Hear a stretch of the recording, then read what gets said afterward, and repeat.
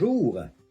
Patate douce, certains veulent se planter ça, puis souvent on peut partir ça à partir d'une une patate, justement, là, le tubercule qu'on achète au magasin.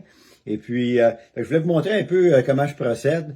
Bon, regardez, dans ce pot-là, là, j'ai mis un morceau de patate douce, justement, la tête d'une patate, là, on va le sortir, là. OK? Bon, regardez. C'est la tête d'une patate, tout simplement. OK? Elle a été coupée là, puis là, ben, elle pourrit pas, même si elle est coupée. Pourquoi? Parce qu'une patate, c'est une pomme de terre ou même une patate douce, c'est un tubercule. Ben, un tubercule, c'est vivant, ça pourrit pas, ça germe à la place. Alors, vous voyez, il a sorti des beaux germes. Il y en avait sorti quelques-uns plus tôt que j'ai mis justement dans ces multicellules-là. Et puis là, ce que je fais, c'est que je les laisse pousser un petit peu, puis là, j'attends qu'ils fassent justement des racines, comme vous voyez, là. Ils ont fait des belles racines, là.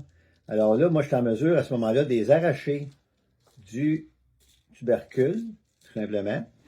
Alors là, ça me donne un beau petit plant que je vais planter dans les multicellules comme ça ici. OK? Alors là, je plante ça tout simplement. Puis ça va me donner avec une seule tête de patate douce, si on veut, là, une seule calotte, comme on pourrait dire, là. Ça va me donner plusieurs plants de patates là, qui vont pousser. Alors ça ici, c'est quoi? Y a-t-il des racines à celui-là? S'il n'y en a pas, je vais attendre un petit peu. Celui-là non plus, il n'y en a pas, comme on voit là. Ils n'ont pas encore de racines. Ça fait que là, je vais probablement les renterrer. Là, il pousse actuellement des racines au bout ici, là, qui est spécial un petit peu, parce qu'il n'y a pas de tige. C'est même pas les racines de cette tige-là. Alors, ça, je vais la remettre dans le pot. Puis, il va l'enterrer. Puis, à ce moment-là, avec l'humidité, là, il va se développer des racines éventuellement.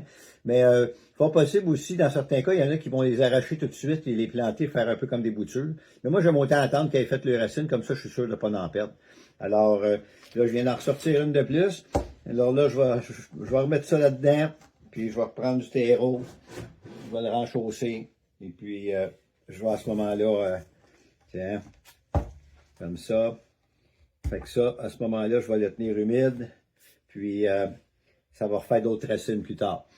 C'est aussi simple que ça. Vous n'avez pas besoin de mettre tout le tubercule, comme vous avez vu, rien que la calotte, là où sont les yeux, là où vont sortir les germes, les yeux qu'il y a sur le tubercule. Ça fait le travail. Et puis, vous multipliez du plant comme ça facilement, sans gaspiller tout votre tubercule, parce que vous n'avez pas besoin de bien épais là, de tubercule, comme vous avez pu voir. Alors, c'est ça pour les patates douces. À bientôt.